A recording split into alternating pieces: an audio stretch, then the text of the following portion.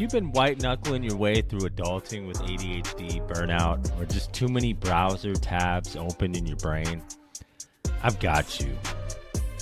Let's hop on a free discovery call where we'll talk ADHD, purpose, and how to stop feeling like a walking to-do list. No weird sales pitches, just real talk. Fierce kindness. Book it now at youradhdguy.com. That's youradhdguy.com. Your future self will high five you for it. Yeah.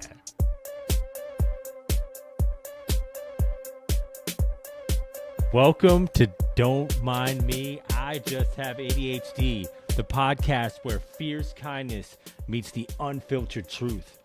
A one-stop shop about all things ADHD, where we smash the stigma and mystery around ADHD, depression, and the masks we wear at work and in life.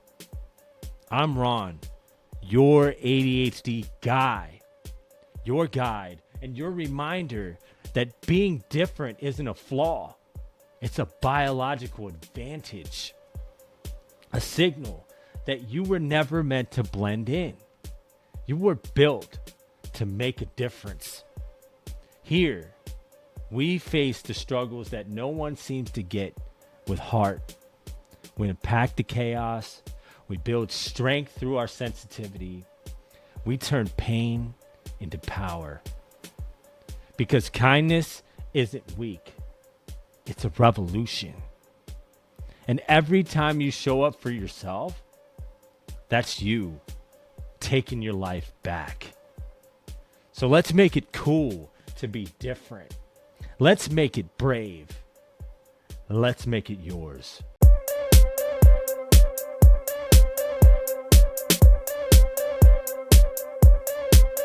Welcome back to Don't Mind Me, I Just Have ADHD. This is part 2 of our series, ADHD and Trauma. If you missed last week's episode, I highly encourage you to check it out. We explored how prenatal sensitivity and parental stress can shape brain circuits related to focus, time awareness, and emotional regulation. We also talked about Dr. Gabor Maté's idea that trauma isn't what happens to us, but what happens inside of us. And finally, we explored how being called too much or not enough as kids plant seeds of shame that can grow into people-pleasing perfectionism and self-blame for decades. So if you missed that one, pause here and go back because it really sets the stage for today. Now, let's get real. If you've ever had a moment where your reaction felt way bigger than the situation, where suddenly you weren't just annoyed, but you were in full flight or flight mode, ready to burn the building down and light the world on fire, then this episode is for you.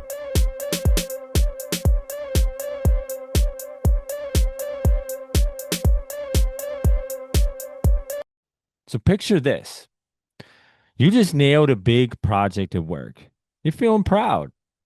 Then you get a text from your partner saying, "Sorry, running late. Do you still want me to come?" In that instant, instead of brushing it off, rage flares up. Your chest tightens. Your jaw locks. You can barely look at them when they finally arrive. What just happened? So if this resonates with you, like Dr. Gabor Maté describes this exact moment from his own life.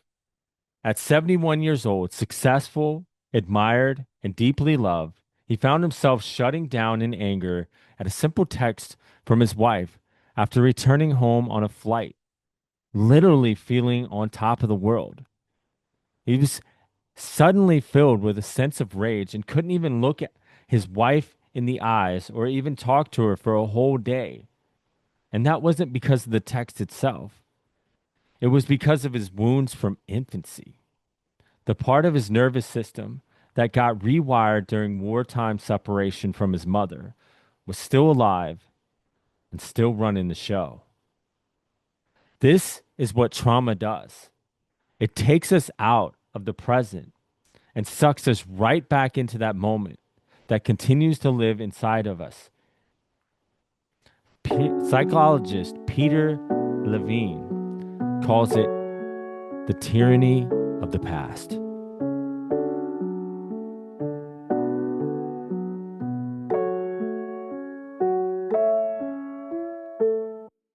So I know what you're asking.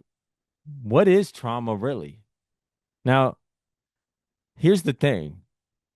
When most of us hear the word trauma, we think of war, abuse, car crashes. But trauma isn't just the big events. Trauma is an open wound inside that many of us are walking around unaware of. It's the wound left inside of us when something hurtful happens and we lack the safety and support to process it. A lot of trauma can come from a place of abandonment or neglect, and it doesn't even register as trauma for most people. I know that I didn't feel that it was because I was under the impression that abuse could only be physical or sexual.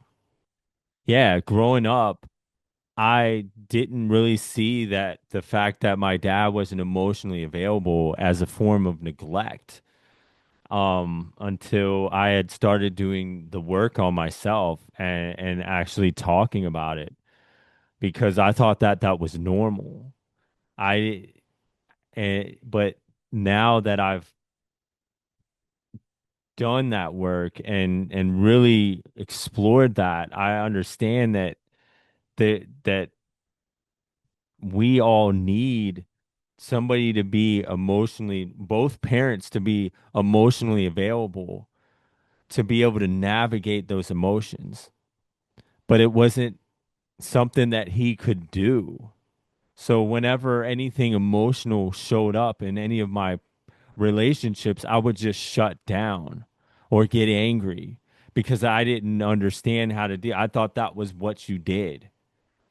Um, and there was a lot of like hate or resentments for my dad that I didn't know where it came from until I started doing that research and exploration.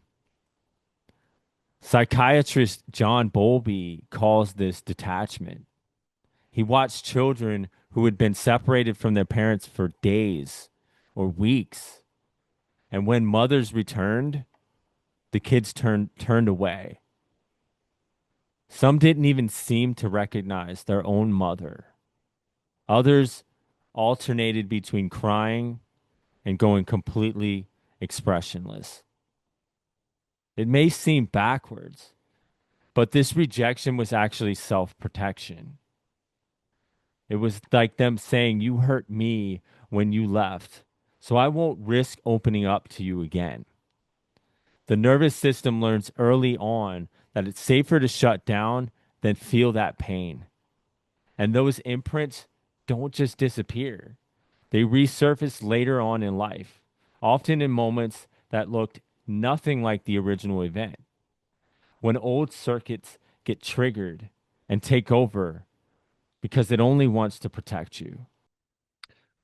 So I remember this one time actually pretty vividly. Like I got left at this grocery store by my mom because I just wouldn't listen. So, well, whether that was, some I feel like she was overwhelmed in that situation and she didn't know what to do and she was tired of my behavior and she's doing the best that she can, but that really kind of reinforced that abandonment and um yeah, I definitely remember, being really upset and confused and fearful in that situation because even though it wasn't that far from home, it was like the shock of the event. Um So these little things can really start to define, who we are. And like, well, I've got to remember to listen because something bad's gonna happen. That's why psychiatrist Bessel van der Kolk says all trauma is proverbial. Many wounds happen before we even have words, or they're stored in parts of the body and brain that words can't even reach. As Peter Levine reminds us, that what we consciously remember is just the tip of the iceberg. The real weight lies underneath, in those implicit memories that quietly shape how we react, connect, and protect ourselves. That wound gets stored, not just in our memory, but in our nervous system, in our body, in the way we breathe, the way we flinch, and the way we brace ourselves against life. The body keeps the score, Vander Kolk explains. And if you've ever had your heart race at a harmless text or shut down emotionally without knowing why, that's because you felt that score being played out. For a long time, I was really uncomfortable with like people having emotions around me because I didn't know how to deal with it. I was like, should I hug you? I know, like, right? like, I don't know what to do right now. I was like, yeah. Yeah. And so I met my best friend, and she was like, it's okay to cry. Like, it's okay to have feelings. It's okay to like love people and be loved. And that was big for me. That was like my first step of being like, okay, like people actually do have emotions that could be addressed and not just be like pat on the shoulder. Yeah. Okay. Oh, okay. I had a lot of encouragement in my life about different things. I had a lot of different exposures. So, I mean, it's kind of hard for me to say, something I wish that I would have had that I can't really think off top that would have made a difference in what I'm doing. Yeah. I can't really speak that because I had those. I mean, I guess. So what stood out? Like, I think the biggest thing that stood out for me was growing up in Alabama. Grew up in a city called Tuskegee. okay. My summers spent on the university campus in different enrichment programs, which Wow. That's awesome. exposed me to a lot of different things, careers, just going to different places. Like came to visit DC, growing up in Florida, other different places. So it gave me a lot of things to think about.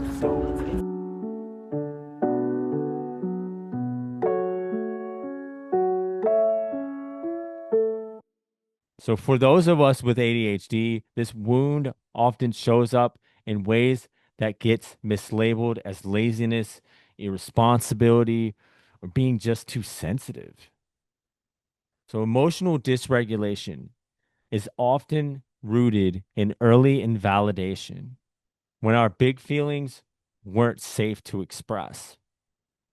So this often shows up in coping mechanisms such as masking, and we often learn that at an early age. Like if I do this, then I'm going to get in trouble.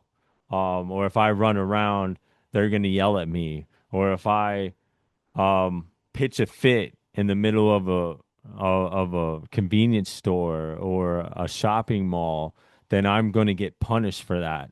So I've got to hold these emotions inside. And when that happens, it creates a lot of emotional dysregulation because you're coming up with these coping mechanisms and not really actually responding to those emotions in a healthy way. We'll go deeper into that in the next episode. So stay tuned for that. Also, time blindness. It's not just the inability to plan, but a nervous system shaped by unpredictability and stress. So you're just looking at times for stress and unpredictability, and that's all you care about.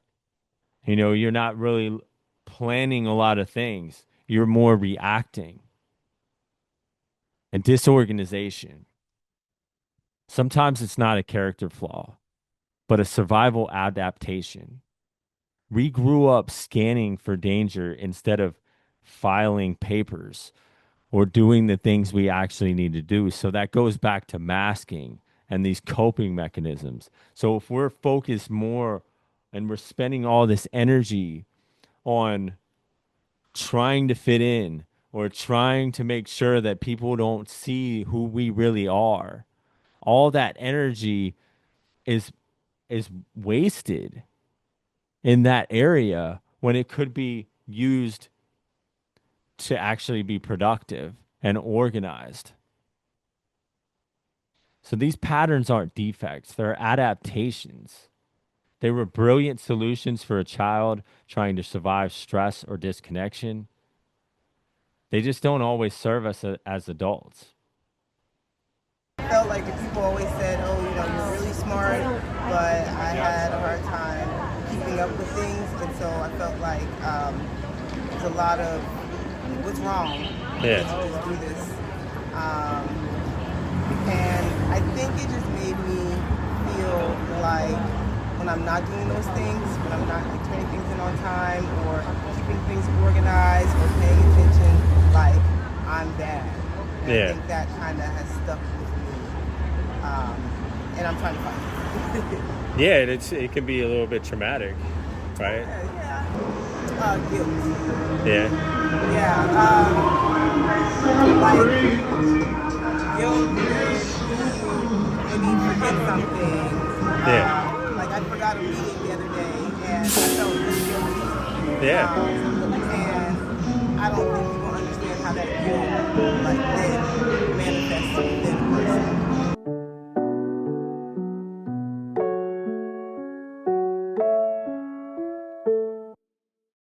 So this is the path towards healing. So how do we begin to heal? I love Dr. Maté's idea for the 4 A's. The first A is authenticity. Authenticity isn't something you chase. It's something you live. The paradox is the harder you try to be authentic, the further you get from it. Real authenticity starts with self-acceptance. That's even the parts of you that you think are flaws. One of the simplest ways to practice this is to notice when authenticity isn't there. For example, you can ask yourself, or when you ask yourself, why did I just do that? You don't even know why you did something. Means that it probably wasn't authentic, or I didn't really mean what I said, or I'm scared to be myself in this moment. Just be curious why you're asking those questions or why you're doing those things or why you feel a certain way can help you get to a more authentic version of you. That pause, that noticing is authentically waking up. With enough practice, you'll catch yourself before you betray what you really want or feel. And in that moment, you get to choose. Keep hiding or take the risk of being real. That choice right there is your authentic self coming back online. Anger is the next A. Anger in its healthy form is not something to fear. It's actually a boundary defense. It's your system saying, no, this isn't okay. Think of it as a momentary flare. It rises when needed, protects your integrity, and then fades. Not some monster that you have to keep caged up. That's the trouble comes when we bury it, shame it, or let it fester into resentment. That's when it turns toxic. But anger itself is neutral. It's not good or bad. It just wants to keep you safe and well. A simple way to practice, instead of swallowing stress with, it's fine, or I can handle it. Try small statements like, I don't like this, or I don't want this. That's anger showing up cleanly as a clear and powerful no. The real question isn't whether you should feel anger, it's how you choose to respond to it, and really diving into it with a curiosity. Like, is this something that I should really be angry about? And maybe even talking to other people that you feel safe with about why you feel angry often helps me. Acceptance is the next A. Acceptance isn't about giving up or shrugging. It is what it is. It's about recognizing that in this moment, things are exactly as they are supposed to be. That doesn't mean we condone them or that they should stay this way. It just means we stop fighting reality long enough to face it clearly. True acceptance even makes room for our resistance, the anger, sadness, or confusion we'd rather push away. Those feelings often cover up deeper pain, and allow them, we create space for grief, healing, and real change. This is something that's super important, is accepting, like, okay, I feel sad and that's okay. What is this trying to tell me? Or what is this inside of me that I need to get out? Because a lot of us walk around with this sadness that weighs us down. We're not even able to show up as our authentic self because we're we're carrying around this grief or this anger that we feel like we shouldn't be able to express. So that's why it's huge to have that acceptance. A key distinction is acceptance isn't tolerating the intolerable. Putting up with abuse, neglect, or injustice isn't acceptance, it's self rejection. Real acceptance names the truth of what's happening, feels the pain of it, and then asks, what do I want to do with this reality? From there, we gain access to a healthier anger, authentic choices, and meaningful action. One thing that you can ask yourself, is there anything that I can change about my current situation? And finally, agency. Agency is slowly reclaiming choice in moments we used to feel powerless. So take your time with these things. Start slowly. It's not about becoming your authentic self overnight or being able to show up with anger, or even having that acceptance that, I'm just not there yet with that acceptance. It's deeper than that. And it's something that's going to grow and help you get through this trauma and explore it. Healing isn't about fixing yourself. So don't worry if you're not good at healing, if you're not getting the results that you think you should have. It's about understanding your wiring with compassion and learning to live with who you are in the moment and being brave enough to face it.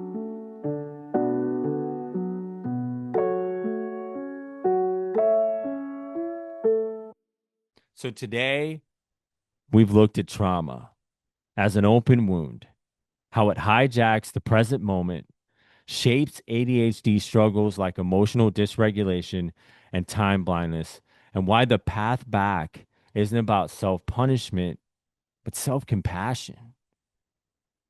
But we're not done yet, because next episode, we're going deeper into the shame cycle, why shame is the invisible fuel behind emotional dysregulation, disorganization, and time blindness, and how invisible systems in our culture keep that cycle spinning. If you've ever thought, why can't I just get it together? You won't want to miss it. And hey, if this episode resonated with you and you are ready to start your own journey of reflection and growth, download my free self-discovery journal today. It's a simple tool to help you connect with yourself in a deeper way. And you can get that at youradhdguy.com. It's right at the top. And if kindness matters to you as much as it does to me, follow me on TikTok at ron.solo1 for updates on the Kindness Circle, a space where you can bring your trauma and be met with compassion, or share your stories of kindness, how someone showed up for you, how you showed up for others, or even a small act of kindness you witnessed. Because every story of kindness matters, and yours could be the one that inspires someone else. So that's live, and I'll be there.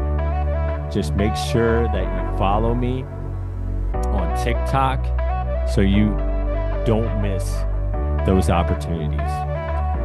You don't have to do this alone. So thank you for showing up. I'll see you next time. And as always, subscribe, and may the source be with you.